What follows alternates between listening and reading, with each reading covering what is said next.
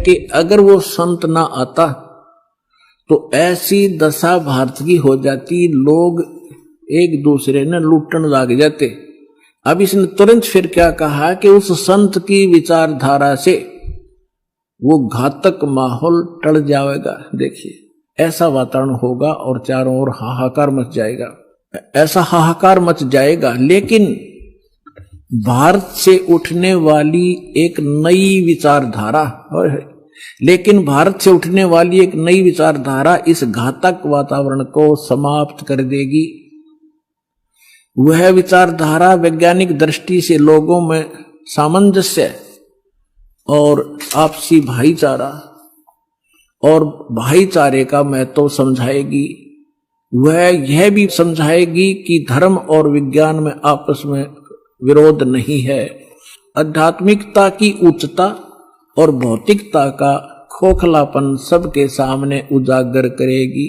अपने आत्माओं, ये तो चलो इन भविष्य वक्ताओं का तो इतना काम समझ लो आप, जैसे परमात्मा ने विद्वान बना दिया, पृथ्वी और सूरज बना दी, सब नक्षत्र बना दिए और अपने आप निर्धारित है कि इस समय 6:20 पर सूर्य उदय होगा। अगर कोई खगोल भगोल का ज्ञाता अब बता दे कि फलानी तारीख को 6:20 पर सूर्य उदय होगा, वो ना बताता तो भी उसी समय होना ही था वो, क्योंकि उस परमात्मा ने वो निर्धारित सिस्टम बना ही रखा है। तो ये ना बताते तो भी परमात्मा ने पहले बोल ही रखा है, निर्धारित दिन ठीक धर रखा है, वो तो ये होना ही होना था। ये बता रहे हैं तो आपके लिए और ज्यादा गोल्डन चांस है। सभी पुण्यात्माओं ने देर नहीं करनी चाहिए। महापुरुष बार बार कोई झूठ बोल रहे हैं, परमात्मा ने कहा, सब संत कहें, और ये भविष्य वक्ता बताने लग रहे जो इस देश से भी संबंधित नहीं थे, और फिर भी नहीं समझोगे तो कति बालक हो तुम, तो बुद्धि ही नहीं दी फिर आपको। देखिएगा अब क्या, जैसे दास बहुत बार आपको समझाता है, हर एक प्रवचन में परमात्मा ने जो पहले बोला था वही दास आज बता रहा है। और अभी भी बहुत से मेरे अधिकतर जितने भी प्रवचन होते हैं इसी आधार पर होते हैं कि आप क्या कर रहे हो। आप यहां अरबपति बन गए, खरबपति बन गए, दुनिया न लूट लूट के, और वो सारा छोड़कर चले गए। सर्व सोने की लंका थी वह रावण से रणधीरम, एक पलक में राज विराजी जम के पड़े जंजीर। चक्रवर्ती राजा था, सारी पृथ्वी पर शासन करे था, चूहा बनकर एक बिल खोद कर रह रहा है।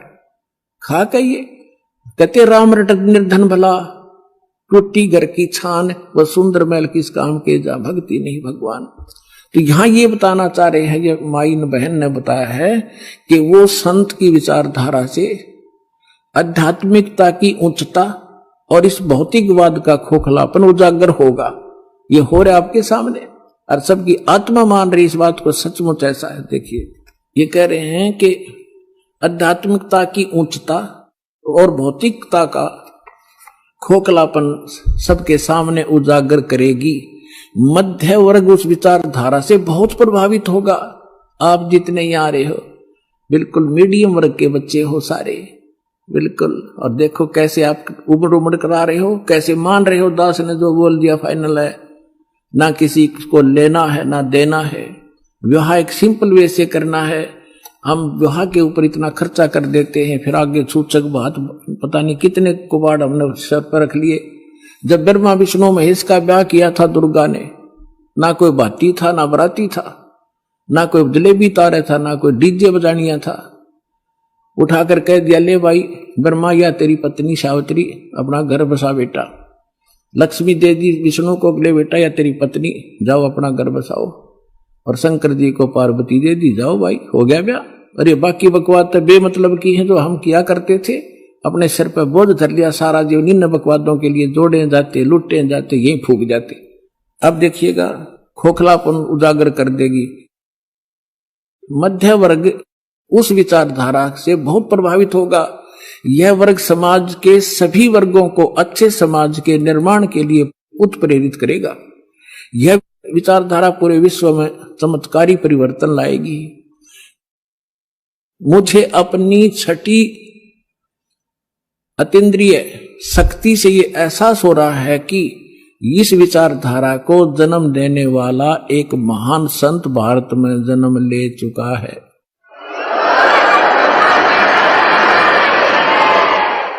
ये देखिएगा, यहां लिखा है कि एक पत्रकार ने 1964 में फ्लोरेंस से पूछा था और 1980 की शुरुआत तक व्यापक उथल-पुथल 80-89 के बाद ऐसे भूकंप आएंगे कि न्यू जर्सी का कुछ हिस्सा तथा यूरोप और एशिया के कई देशों के स्थानों पर भूकंप से विदीर्ण हो जाएंगे, कुछ जलमग्न हो जाएंगे। तृतीय विश्व युद्ध का आतंक सबके दिमाग में बैठ जाएगा।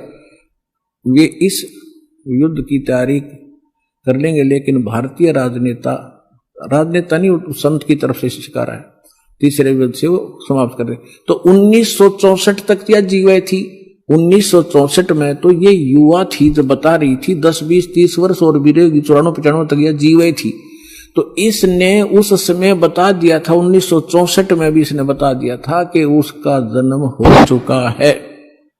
और उसको दृष्टि आगे की जो वर्तमान का जो दास की सती थी अब की है वो भी दिखाई देती। देखिएगा, मुझे अपनी छठी अंतीन्द्रिय यानी अंदर के आभास से, शक्ति से ये एहसास हो रहा है कि इस विचारधारा को जन्म देने वाला वह महान संत भारत में जन्म ले चुका है।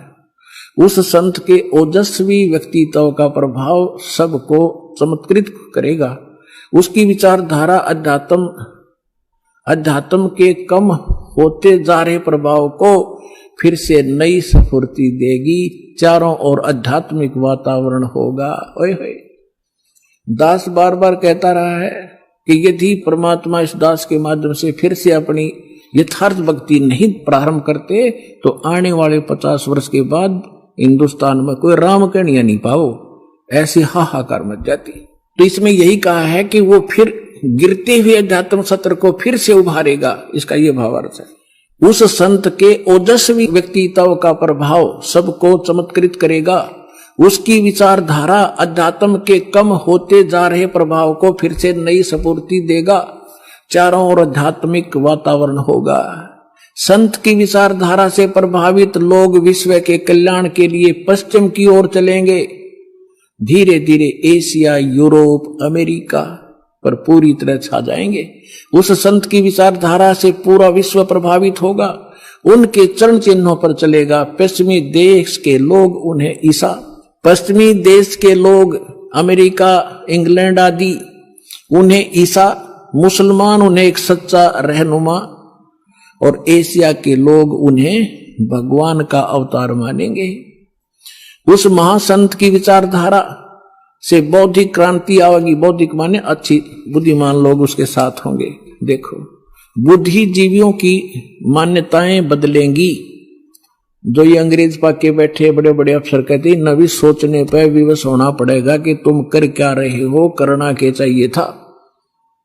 बुद्धिजीवियों की मान्यताएं बदलेंगी, उनमें ईश्वर के प्रति श्रद्धा और विश्वास की कोपलें फूटेंगी। फ्लोरेंस के अनुसार वह संत भारत में जन्म ले चुके हैं। वह इस संत से काफी प्रभावित थी। अपनी एक दूसरी पुस्तक golden light of new era में भी उन्होंने लिखा है कि जब मैं ध्यान लगाती हूं तो अक्सर एक संत को देखती हूं, गौर वर्ण के यानी गोरे वर्ण के। उस संत के ललाट पर गजब के तेज होता है।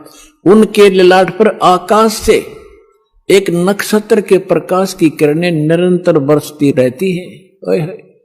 अपने आत्माओं, आप देखिएगा, ये इस तरह आती हैं ये जैसे परमात्मा बैठे हैं सतलोक में, वहां से इस दास के ऊपर ये ऐसी अपनी किरण बरसा रहे हैं। यहां से आकाश से आ रही है और दास के ऊपर परमात्मा की शक्ति निरंतर चल रही है। उसी से आगे आपको कनेक्शन दिया जा रहा है। अब उसी को ये बहन बता रही है फ्लोरेंस, अपनी दिव्य दृष्टि से देख करके उसके ऊपर माथे पर यानी उसके सिर पर ऊपर से आकाश से नक्षत्रों से एक लाइट निरंतर आ रही है जो उसके माथे पर बरस रही है और वही शक्ति आगे आप में जा रही है। देखिएगा, जब मैं ध्यान लगाती हूं तो अक्सर उस एक संत को देखती हूं, गौर वर्ण के, अब देखो यहां थोड़ा सा लिखना भूल गया, फिर इन भक्तों ने अपना ने एक बुक इसने बताई है, देखिएगा, एक दूसरी पुस्तक golden light of new era, ये एक बुक है। इस बुक के आधार से भक्तों ने एक वेबसाइट से निकाला है, वेबसाइट से इसकी इंग्लिश में है उसकी वाणी, वो इस प्रकार देखिएगा, यही है, I can clearly visually A golden era divine, वो कहती है मैं देखती रहती हूं, यहां देखना, यहां पर है जो हिंदी उसने किया वो यहां से है, when I enter great flights of meditation I visualise, मैं देखती हूं, ये क्या कहती है बहन कि जब मैं ध्यान की गहन ऊंचाइयों को छूती हूं, यानी जब मैं ऊपर उड़ती हूं ध्यान से, तो मैं क्या देखती हूं, देखिएगा, when I enter great flights of meditation I visualise such a great sant who is fair skinned, यानी फेयर स्किन्ड माने साफ वर्ण का, गौर वर्ण का, विद व्हाइट हेयर, उसके बाल सफेद हैं, white hair, and without a beard and moustaches, वो बिना दाढ़ी मूछ का है।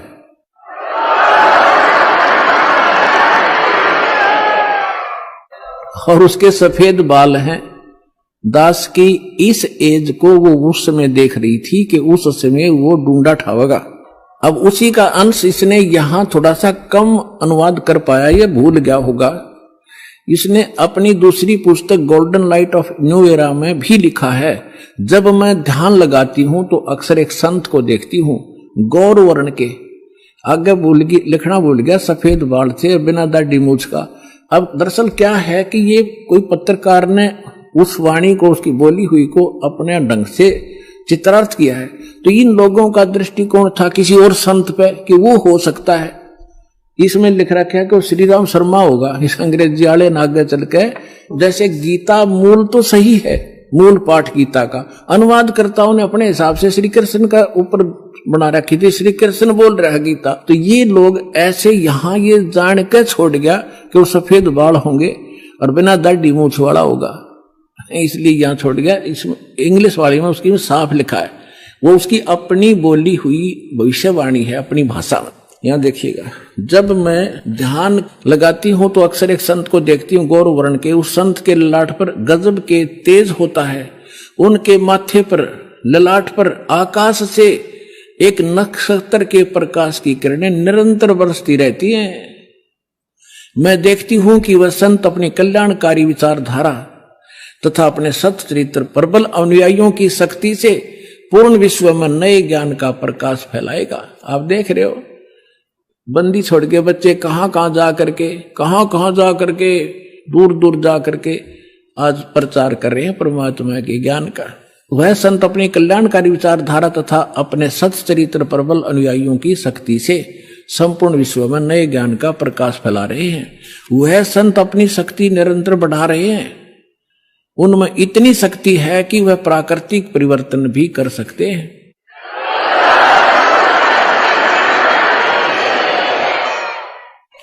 वह अपना कार्य वैज्ञानिक ढंग से करेंगे, उनकी कृपा और प्रयत्न से मानवीय सभ्यता में नई जागृति आएगी, विश्व के समस्त जनसमूह में नई चेतना का संचार होगा, लोक शक्ति का एक नया रूप उभर कर सामने आएगा, जो सत्ताधारियों की मनमानियों पर अंकुश लगा देगा। जो राजा लोग अपनी मनमानी बकवाद करते हैं, उस संत के अनुयायी उनको विवश कर देंगे कि बंदे बनकर रहो, बकवाद बहुत दिन कर ली तुमने। विश्व के समस्त जनसमूह में नई चेतना का संचार होगा, लोक शक्ति का एक नया रूप उभर कर सामने आएगा, और जो सत्ताधारियों की मनमानियों पर अंकुश लगा देगा, राजनेताओं के ऊपर। मनोचिकित्सक तथा सम्मोहन कला के विश्व प्रसिद्ध ज्ञाता डॉक्टर मोरे बर्स्टीन की फ्लोरेंस से अच्छी दोस्ती थी। एक बार फ्लोरेंस ने उनसे भी कहा था कि डॉक्टर, वह समय बड़ी तेजी से निकट आ रहा है जब सत्ता लोलुप्त राजनेताओं की अपेक्षा आप जैसे समाज सेवकों की बातें अधिक ध्यान से सुनेगा। 21वीं सदी के आते आते एक नई विचारधारा पूरे विश्व को प्रभावित करेगी। हर राष्ट्र में सचित्र धार्मिक लोगों का संगठन लोगों के दिमाग में बैठी गलत मान्यताओं को बदल देगा। यह विचारधारा भारत से प्रस्फुटित होगी, भारत से चलेगी और विश्व के पूरे देशों में फैलेगी। मैं उस पवित्र स्थान पर एक प्रचंड तपस्वी को देख रही हूं, जिसका तेज बड़ी तेजी से फैल रहा है। मनुष्य में सोए देवताओं को जगाने तथा धरती को स्वर्ग जैसा बनाने के लिए वह संत दिन रात प्रयत्न कर रहे हैं। एक पत्रकार ने 1964 में फ्लोरेंस से पूछा था कि क्या वह दुनिया का भविष्य बता सकती है। फ्लोरेंस ने इसके बाद जवाब में कहा था 1980 में ये होगा, 1990 में ये होगा, सारा कुछ बताया था। ठीक, आगे क्या बताया है कि तीसरा विश्व युद्ध के शुरू होने तक भारत के शासन की बागडोर, ये कहते हैं कि विश्व युद्ध का आतंक सबके दिमाग में बैठ जाएगा और भारतीय राजनेता अपने प्रभाव और बुद्धि से तीसरे विश्व युद्ध को टालने में सफल हो जाएंगे। तीसरे विश्व युद्ध के शुरू होने तक भारत के शासन की बागडोर आध्यात्मिक वृत्ति के लोगों के हाथ में होगी, इसलिए उनके प्रभाव से विश्व युद्ध टलेगा। वे शासक एक महान संत के ओजस्वी तथा क्रांतिकारी विचारधारा से प्रभावित होंगे। वे उस संत के प्रति उसी तरह समर्पित होंगे जैसे वाशिंगटन स्वतंत्रता एवं मानवता के प्रति समर्पित थे। न्यूजर्सी की रहने वाली, न्यूजर्सी कोई शहर है अमेरिका में, न्यूजर्सी की रहने वाली फ्लोरेंस सचमुच एक विलक्षण महिला थी। एक बार नोबेल नामक एक व्यक्ति ने, इसने ये बताना चाहा, पत्रकार ने दिखाना चाहा है कि एक पत्रकार था अमेरिका का और वो इसका इंटरव्यू ले रहा था और वो इंटरव्यू टीवी पर चला रखा था डायरेक्ट लाइव। ये पूछ रहा कि तो आप एक संत के बारे में तो बहुत बता रही हो, लेकिन मेरे बारे में बताओ कुछ। जो प्रकरण इतना ही जिसमें ना पढ़ के मैं वैसे बता दूं, जल्दी निमट जाएगी बात। तो फ्लोरेंस ने कहा कि तेरे विषय में बताऊं। उसका दायां हाथ पकड़ा और उसने कहा कि आप जो है किसी दूसरे राज्य में भी प्रचार प्रसार करेगा। तो वो कह रहा था, उसने इसमें लिखा है कि मैं उससे कह रहा था कि तू भला मजाक कर रही है मेरे साथ। अगर इस इंटरव्यू को मेरी महकमे वाले सुन रहे होंगे, मेरे बॉस, तो मुझे नौकरी से निकाल देंगे। दूसरे में प्रसार तो नहीं होगा पर मैं नौकरी से जाता रहूंगा। तू क्या मजाक कर रही है।